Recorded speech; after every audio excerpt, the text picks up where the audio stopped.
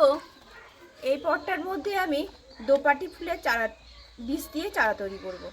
সেই জন্য তলাটাকে একটু ছেদ করতে গিয়ে একটু বেশি ফুটো হয়ে গেল, কারণ ড্রেনিং সিস্টেমটা ঠিকঠাক থাকতে হবে। তলাতে কিছুটা পাতা দিচ্ছি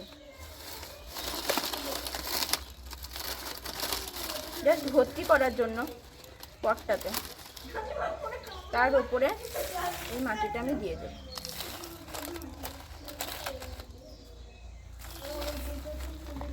বাবা রে, এসে আমাকে খুঁড়ে দিচ্ছে।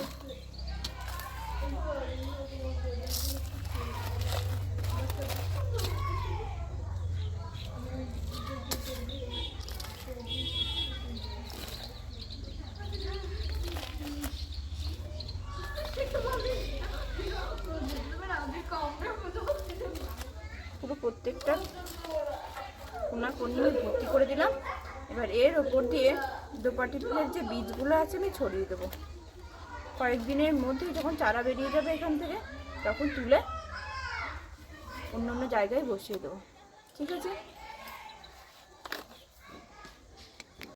নিচটা ভালো মতো ছেদ করে নিয়ে এটা একটা সিড থেকে চারা বের করবার জন্য বেড তৈরি করে নেবো। সেই জন্য তলাতে কিছুটা আমি পাতা দেবো। এই পাতাগুলো দেখতেই খোলা থাপা, আসলে জল পড়লে মাটি দিলে তখন আবার বসে যাবে।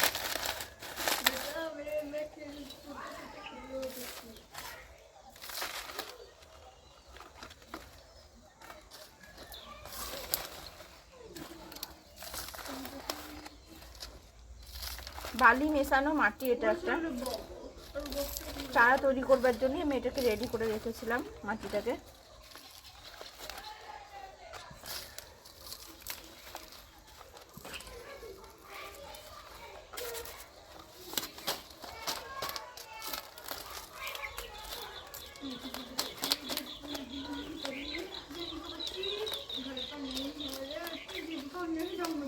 এই যে খুব সুন্দরভাবে রেডি হয়ে গেছে। এটার উপরে বীজ ছড়িয়ে দিলে সুন্দরভাবে চারা বেরিয়ে যাবে। তো এটার মধ্যে আমি কিছু চারা বের করবো, দেখিয়ে দেবো তোমাদের অবশ্যই যে কোন বক্সটার মধ্যে আমি কোন চারাটা তৈরি করছি বীজ ছড়িয়ে।